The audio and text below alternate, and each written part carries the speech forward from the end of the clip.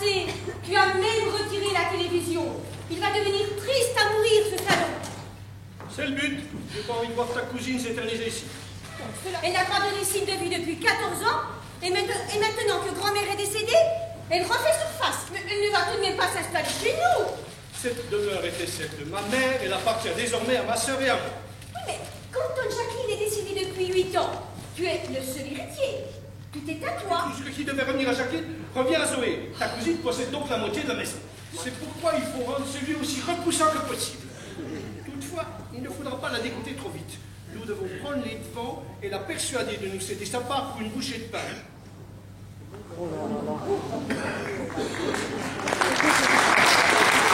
salon a quelque chose de changé.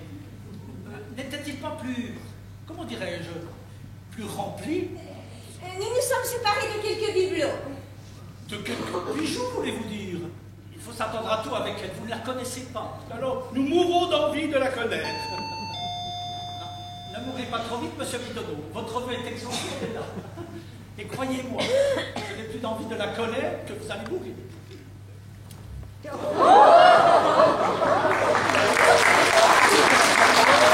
Arrêtez, tonton Léon. Et toi, ma cousine Huguette. Marie Huguette. Ouais, pareil. Le cloporte, je le connaissais déjà. Vu qu'on a fait la route ensemble. C'est maître Tire-Telle. Tire-feuille, mademoiselle Bidon. Alors, tu es venu sans bagage? Non, j'ai que mon sac à dos. Il est dans la caisse du croque-mort. Et puis ramenez-moi mon chien. Il a crevé dans cette bagnole. Il a même pas la clé. Tu as un chien? Ouais, un pitbull.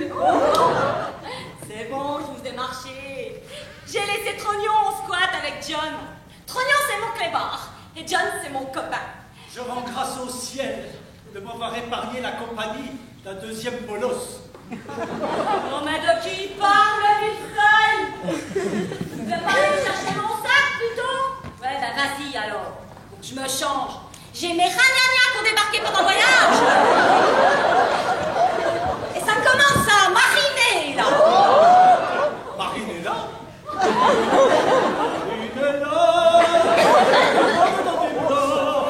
Tu se grouilles, hein, parce que ça devient une horreur. Je vous dis pas comme ça baigne. Il est inenvisageable que notre demeure revienne à cette chose. À ce monstre, voulez-vous dire? Il est impératif d'agir dans les plus brefs délais. Primo, éliminer tout confort pour lui rendre la vie insupportable ici. J'ai mis la chaudière en panne et je vais prétexter qu'elle est hors d'usage. Pour même te faire bénéficier d'une grosse somme d'argent. Oh, ça c'est méga cool, ça. Et je te garantis que de toute ta vie, tu n'auras plus à travailler. Oh, mais ça me changera pas. J'ai jamais bossé. Je compte pas commencer. Je pense que 40 000 € te permettront de trouver une petite maison pour Trognon, John et toi. Pourquoi que j'irais crêcher ailleurs? C'est pas si mal ici. Je préfère prendre la thune et décorer cette piole. Ça manque de vie, de couleur. Il te suffit de nous céder ta part de cette affreuse bicoque, elle est triste et sans vie. Non, mais j'ai juré. Juré? Allons-nous. À maman. Elle m'a fait promettre de venir habiter ici avant de mourir. Ah, mais les promesses, ça va, ça vient, hein. Oh Dieu, bordel de merde! Elle s'accroche, la salope! Oui, on serait mieux chez soi, en effet. Mais dans une maison normale, avec une chaudière qui fonctionne, et sans ce parasite qui nous empoisonne un petit feu. Il faut trouver un prétexte pour l'éloigner quelques heures. L'éloigner? Oh mon Dieu, Rodrigue, j'oubliais. Oh, il ne faut pas qu'il la rencontre. Ah, je n'ose imaginer la réaction de ton fiancé devant cette créature. Comment l'éloigner? Offrons-nous un repas à l'auberge des Deux Lièvres. Elle en aura pour jusqu'à 15 heures et en rentrant à pied, elle ne sera pas là avant 16 heures. Ma sœur, ma nièce, tu es radieuse. Ouais, je sors du bain. Marie-Guette et moi aimerions te faire un cadeau. 100 € pour aller manger ce midi à l'auberge des Deux Lièvres. Putain! Un billet de 100 €! Je vais éviter de bouffer trop ce midi. Parce que j'ai déjeuné tard et avec le pain sur la digestion, je me sens un peu barbouillée. Non, je me ferais plutôt un petit rail. Un petit rail? Bah ouais, une ligne. Ça t'embête si je vais plutôt faire la teuf avec ton fric? Ah non, voyons l'essentiel c'est que tu partes.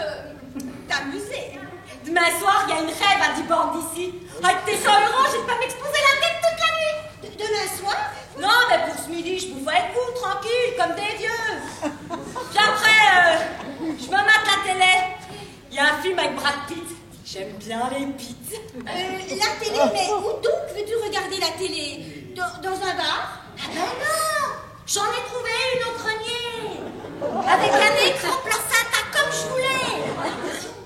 C'est que voici, nous avons un problème. Nous avons invité le fiancé de Marie-Huguette. Et ça comme vous? Bah ouais, dans votre genre, quoi, un peu prout-prout. Et ça plaît, toi, le style balai dans le cul? Mais Rodrigue est un garçon charmant, distingué, doté en outre d'un sens de l'humour indubitable. D'accord? Ah, alors si c'est un marrant, ça va. Parce que passer 1 heure à table avec un cum qui pue la naphtaline, bonjour l'angoisse. Marie-Huguette et moi aimerions bien t'inculquer rapidement S'il n'est déjà pas trop tard. quelques rudiments de ce qu'on appelle le savoir-vivre, l'éducation. On commence par quoi? Le marché, tiens. Le marché? Bah ouais. Comment c'est qu'il faut qu'on marche, quoi? C'est comme ça? Avec le balai dans le cul? Tu resteras assise, voilà tout. Moi, et si je veux pisser? Demande à ta vessie de serrer les dents et évite de boire. De toute façon, il est tout à fait déconseillé de se désaltérer pendant les repas. Pas boire, pas rôter, pas pisser. Ça craint la vie de bourgeois. Je parie qu'il faut pas non plus péter. Pas de rotation ni de pétition. On ne dit pas rotation, mais éructation. Éructation. Oh, c'est pas un mot qui me plaît, ça. Ça fait pas propre. Toujours dans le but de ne point éructer, il est nécessaire que tu mastiques bouche fermée. Complètement? Bah comment que je ferais pour parler alors? On ne parle pas en mangeant, c'est impoli. Pas boire, pas rôter, pas pisser, et en plus ferme ta gueule. Non, ce n'est peut-être le facteur qui m'a porté une lettre recommandée. Mademoiselle, suite à un emprunt contracté par Madame Vinono il y a de cela 12 ans, et devant l'impossibilité pour celle-ci d'honorer sa dette, nous nous trouvons dans l'obligation de vous réclamer une somme d'un montant de 29 513 €, comprenant le capital, les intérêts et les frais afférents à ce dossier. Vous disposez d'un délai de 8 jours à compter de la réception de cette lettre pour régulariser la situation. Passé ce délai, nous n'aurons d'autre solution que de saisir votre bien, à savoir la maison que vous avez héritée de votre grand-mère. C'est signé Service de recouvrement de la Banque universelle de crédit. Alors si je comprends bien, ta Rome elle a fait un crédit, après elle s'est tirée, et il te demande de payer pour elle? Oh putain! C'est pas pour toi! Mademoiselle Pitonneau Zoé, c'est moi, c'est pas toi! Tu étais au fait de cet emprunt? Non, maman m'avait rien dit.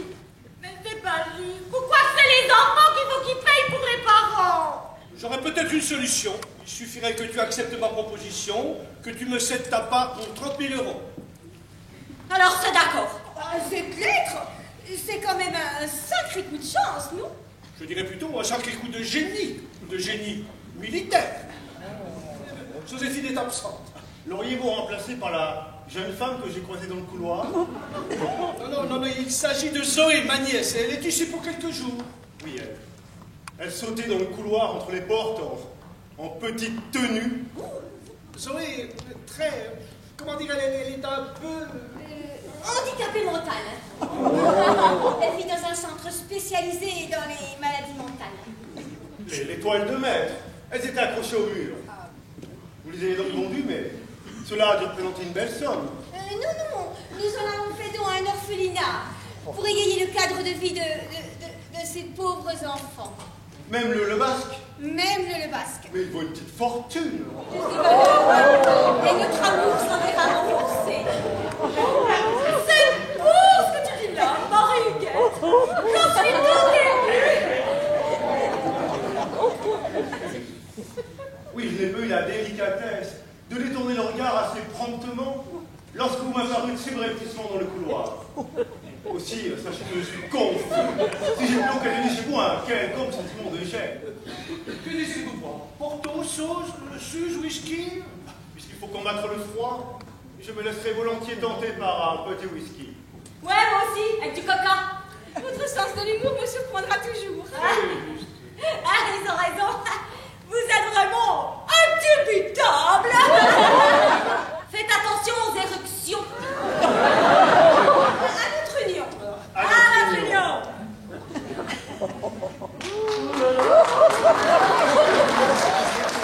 Zoé devra bientôt nous quitter. Eh oui, c'est ainsi. Ouais, tout ça à cause de la banque. Alors, la maman de Zoé, paix à son âme, avait fait un emprunt un peu avant son décès et la banque réclame son dû à l'unique héritière, à savoir Zoé. Oui. Combien vous réclame-t-on? Ah, beaucoup. 29 713 €. On met 30 000 €. Ça ne vaut pas la peine de se gâcher la vie. Si vous acceptez ce chèque, c'est vous qui me faites un cadeau. Oh, bah c'est comme ça. Grâce à vous, je vais pouvoir rester ici.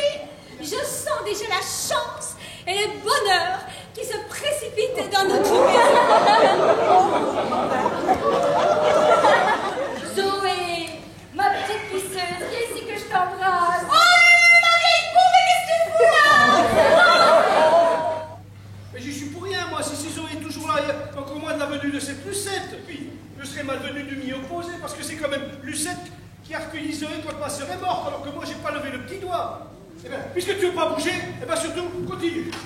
Je suis mandaté pour percevoir une créance De qui serais-je débiteur? de votre serviteur. La créance est ancienne, 30 ans exactement. Et elle est arrivée à son terme avant-hier. Mais feu Madame Bidonneau, votre mère, avait à l'époque la passion des chevaux. Afin de la tirer de ce mauvais pas, je n'ai pu lui refuser un prêt de 20 000 francs. Bon, alors, réglons cette bagatelle. Pour 20 000 francs, en euros, ça doit tourner dans les 3 000, c'est ça, n'est-ce pas? Cela équivaut à 261 755 €. Je vous fais grâce des centimes. Vous plaisantez? Pas du tout. Je conviens que 20 000 francs équivalent à 3 048 € environ, qui représente le capital prêté à feu Madame Bidonneau, votre mère. Pour le reste, il s'agit des intérêts. Oui, de 16% par an, c'était le taux fixé par le contrat. Vous n'en devez que la moitié.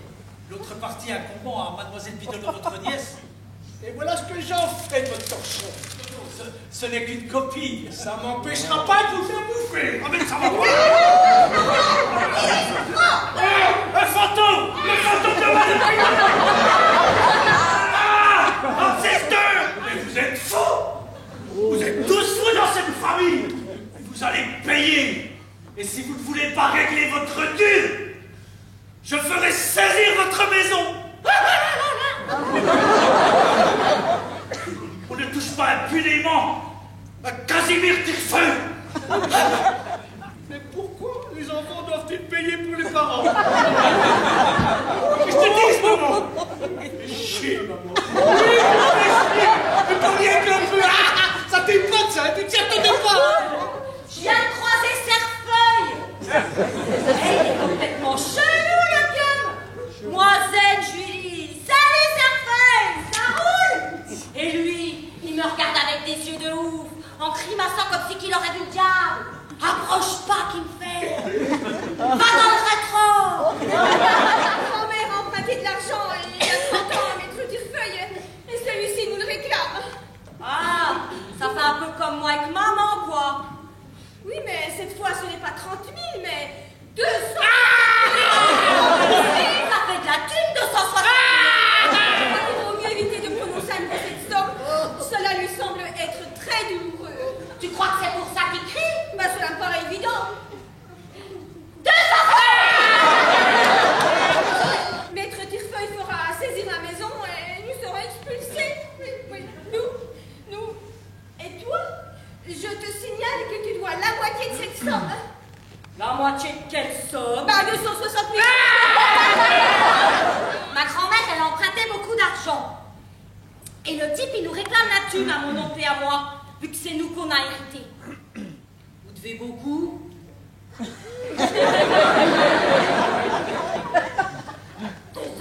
000 euros. 260 000 260 Il a reçu un choc cérébral. Un quoi? Un choc cérébral. Ça veut dire qu'il s'est cogné le cerveau là. Juste au-dessus de la colonne cérébrale. Et à chaque fois que tu dis la somme, ça lui fait mal. Il faut nous résoudre à vendre les tableaux. Les tableaux? Oui. Oui, nous avons quelques tableaux anciens au poignet. Ah, ça vaut des ronds ces vieux trucs? Bah plutôt, oui. Ah, ne me dites pas que tu as touché à ces toiles. J'ai décoré ma chambre avec. Avec des tableaux de maître? Ils ont tous de la valeur? Ben non, malheureusement pas tous. Ah bah tant mieux. Pourquoi tant mieux? Il y en a que j'ai découpés. C'était plus facile pour les punir, c'est sûr. Et le basque? Le quoi? Le basque, une toile représentant 2 hommes et un cheval devant une maison. J'y ai affiché que le cheval. Vous savez quand maman fait d'études? Non, depuis quand? Je sais pas, mais c'est réglé. C'est son fiancé qui a manqué. Le cœur sur la main. Oh, non, pas question. Je n'ai pas l'intention de lui demander ça. Oh, des comptes 260 000. On va venir dîner ce soir. Tu lui fais un peu de séduction et hop, L'affaire est dans le sac. et s'il se fait prier, tu lui offres une petite gâterie en dessert. Ah, mais ça c'est privé. J'ai commandé une forêt noire. T'as jamais couché avec? Nous n'en avons jamais eu l'occasion. Tu vas te marier avec quelqu'un que t'as jamais baisé avec avant? Sans savoir ce qu'il vaut? Tu te tiens trop raide. Faut que tu sois plus chatte, plus câline. Comment que c'est que tu veux le faire bander? Je ne peux pas faire cela. Bah, faudra bien, tu sais. Sinon, ça marche pas. 260 à la cuisine. On va faire comme quand j'étais la préfète pour la comtesse. Sauf que là, je suis Rodrigue et toi, tais-toi.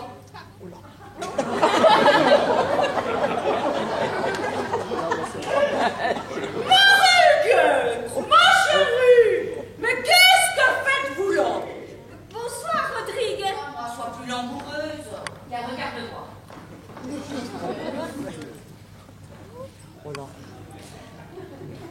Bonsoir, Rodrigue.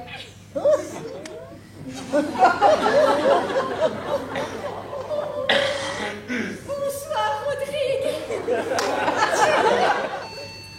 On va te changer pendant que je Mais comment m'habille-je? Sexy.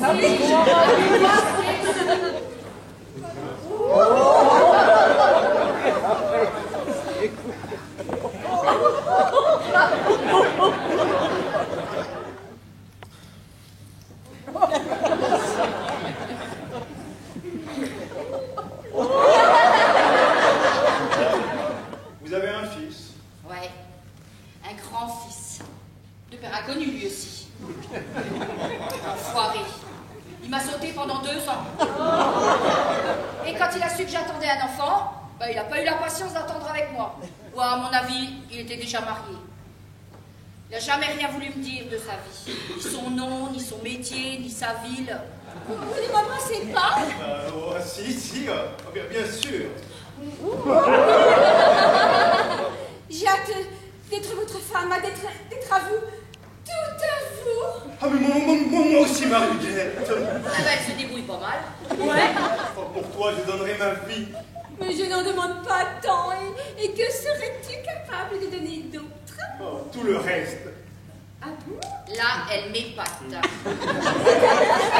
À me le prouver sur le champ. Mais c'est déjà fait. Tout donner pour toi.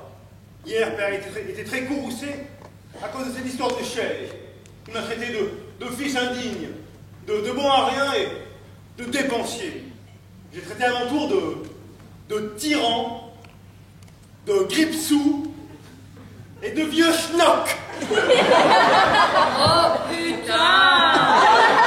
Vous êtes ruiné. Ah, complètement. Nous allons être saisis et expulsés. Combien vous faut-il? 260 000 euros. Oh, fichtre! 260 000 euros!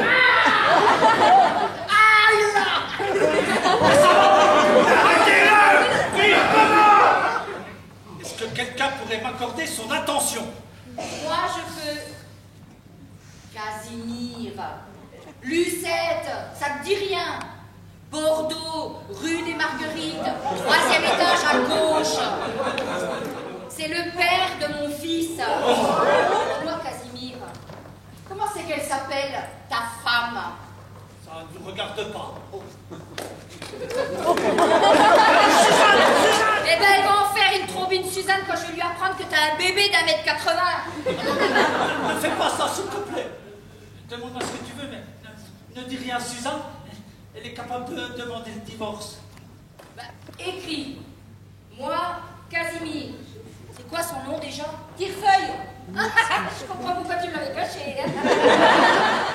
Renonce à l'argent que me doivent monsieur Bidonneau, Léopold et mademoiselle Zoé Bidonneau. Je leur fais cadeau aussi des intérêts et du capital. Tu dates et tu signes. Je dirai. Personne ne croira une famille de fous et traînés. Et ma main dans la gueule, tu y crois? Je suis dans le Tu ne m'en veux pas? On peut pas en vouloir un cloporte. Quant à vous, ma chère Lucette, je dois avouer que vous avez finement manœuvré. Donnez-moi donc ce papier que je le mette en lieu sûr. Pas les pattes. Pardon? À partir d'aujourd'hui, c'est ma maison. Madame Lucette!